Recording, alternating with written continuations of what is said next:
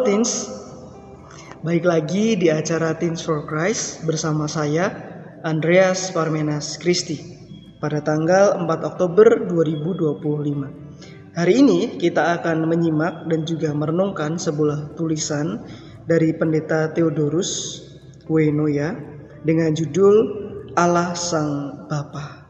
Mari kita mempersiapkan hati, kita berdoa. Ya Allah yang baik, Allah Bapa kami bersyukur Tuhan sudah Tuhan pilih menjadi anak-anak Tuhan. Mampukan kami menjadi anak-anak Bapa yang taat, yang mau mendengarkan kehendak Allah. Termasuk di dalam perenungan hari ini, mampukan kami dapat menyimaknya dengan baik, mendalaminya, menyimpannya di dalam hati kami, dan terus mempersaksikannya di dalam kehidupan kami sebagai anak-anak Bapa. Terima kasih ya Tuhan, mampukan kami. Dalam Tuhan kami berdoa. Amin.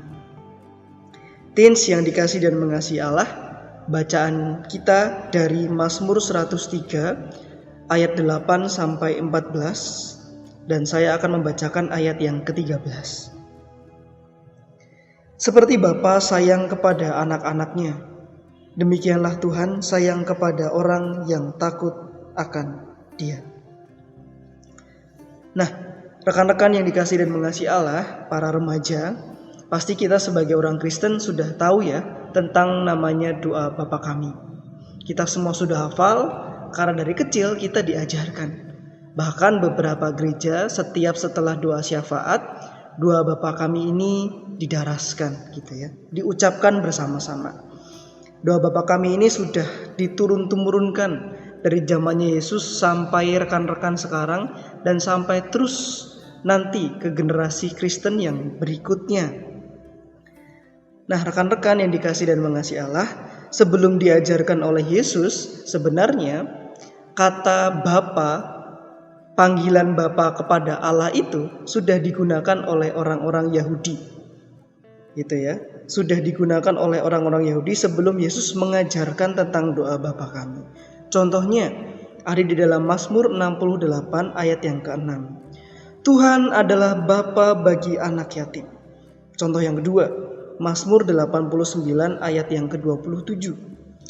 Engkaulah Bapakku, Allahku, gunung batu keselamatanku. Penggunaan Bapa ini pada zamannya orang-orang Yahudi zaman dahulu digunakan karena ada yang namanya budaya patriarki, teman-teman. Budaya patriarki itu maksudnya adalah di mana peran laki-laki lebih diutamakan daripada perempuan.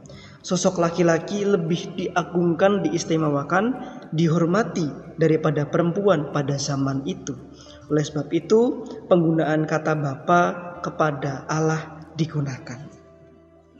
Sejatinya, rekan-rekan, seperti Mazmur 103 juga, itu mengajak kita semakin memahami, mengerti kenapa menggunakan kata Bapa untuk panggilan Allah. Gitu ya. Yang pertama, penggunaan Bapa menunjuk pada kedekatan, keakraban seperti kita sebagai anak-anak dengan ayah kita, dengan papa kita, dengan bapa kita. Ada keakraban, ada kedekatan di situ, hubungan anak dengan ayahnya. Yang kedua, karena Bapa itu mengandung unsur kepemimpinan, mengandung unsur kehormatan di dalam keluarga. Kita meyakini sebagai kepala keluarga di dalam rumah yaitu adalah seorang ayah. Demikianlah juga Bapa Allah kita gitu ya, Tuhan kita itu adalah pemimpin bagi umat-umatnya, kepala bagi gereja dan seluruh orang yang percaya. Ketiga, Bapa itu dianggap sebagai gambaran sosok pelindung. Jadi ketika kita membutuhkan perlindungan, kita datang kepada Bapa. Yang keempat, Bapa itu menunjukkan gambaran sosok yang pengasih dan penyayang. Ketika kita kecil, kita sangat bergantung kepada Bapa kita. Ketika kita membutuhkan sesuatu, kita kelaparan, kita menangis gitu ya, kita tidak bisa mengerjakan sesuatu, kita datang ke ayah kita dan dia menolong kita. Kemudian yang kelima, yang terakhir, Bapa ini dikatakan kenapa Allah sebagai sang Bapa, karena dia tidak membalas, melainkan mengampuni.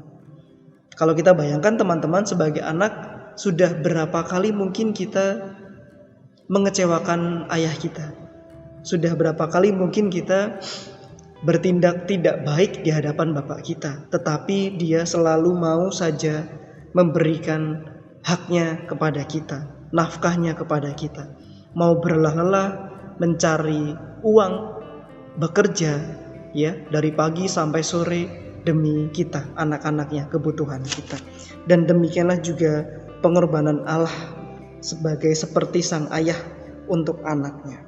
Namun teman-teman, teens perlu diingat, bukan berarti ibu tidak demikian. Ibu juga sama sayangnya kepada anak-anaknya seperti bapak. Ibu juga sama cintanya, perlindungannya, kepemimpinannya, pengasihannya gitu ya, dan pengampunannya pun juga sama seperti bapak. Melainkan tetapi penggunaan kata bapak sekali lagi ini terjadi karena dipengaruhi oleh budaya patriarki di zaman Yahudi pada saat itu. Nah, teens, kita patut bersyukur kita punya Allah yang begitu dekat. Sang Bapa itu sendiri, Sang Pencipta menjadi Bapa kita semua, orang yang percaya. Betapa bersyukurnya kita punya Bapa yang maha kuasa dan maha baik, maha penyayang, cinta kasihnya luar biasa kepada kita. Oleh sebab itu, mari kita bersyukur karena kita punya Bapa yang baik. Mari kita juga jadi anak yang baik untuk Bapa kita. Kiranya Tuhan memampukan kita. Amin. Mari kita berdoa. Ya Allah, Sang Bapa yang senantiasa mau mencintai kami sebagai anak-anak-Nya, walau mungkin kadang kami nakal menjadi anak-anak-Mu, walau mungkin kami kadang seringkali tidak mendengarkan firman Tuhan. Kadang kami juga menganggap Bapa tidak melihat kami, sehingga kami berbuat dosa, berbuat hal-hal yang tidak dikehendaki Bapa dan membuat hati Bapa sedih. Dari perenungan hari ini ya Allah, ya Bapa, kami mau menjadi anak-anak Bapa yang semakin baik. Jadikan kami anak-anak-Mu yang semakin taat, semakin takut dan menghormati Bapa sebagai pribadi yang terus mau mengampuni kami tanpa henti. Mampukan kami menghargai pengampunan Tuhan. Terima kasih Allah. Kami alaskan doa ini di dalam nama Yesus Kristus, Allah yang baik, sahabat kami dan Bapa kami yang setia. Amin. Demikian teens renungan pada hari ini. Jangan lupa share, komen, dan bagikan ke teman-teman yang lain ya, dan juga subscribe.